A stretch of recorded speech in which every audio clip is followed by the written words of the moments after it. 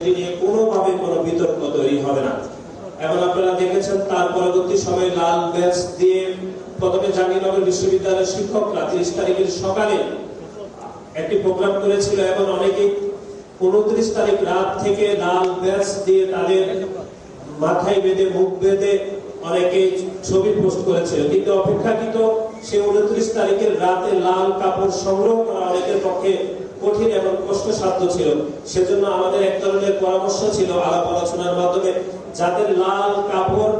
বেঁধে প্রোগ্রাম করা অথবা লাল কাপড় বেঁধে ছবি পোস্ট করা যদি অনেক কষ্টসাধ্য হয়, তাহলে অন্তত প্রোফাইল লাল করে দেওয়ার যে একটি ধারণা, সেই মিটিং থেকে আলাপ আলোচনা হয়েছিল। সুতরাং এই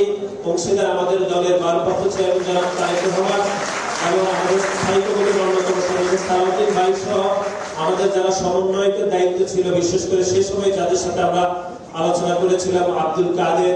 মাহিন সরকার, বিপাত রশিদ এবং হান্নান সহ আরো অনেকেই এই আলোচনায় অংশগ্রহণ করেছিল। আমরা সকলে এই অংশীদার হিসাবে আমাদের স্থায়ী কমিটির অন্যতম সদস্য জনাব সালাউদ্দিন ভাই আমাদের সেই অংশ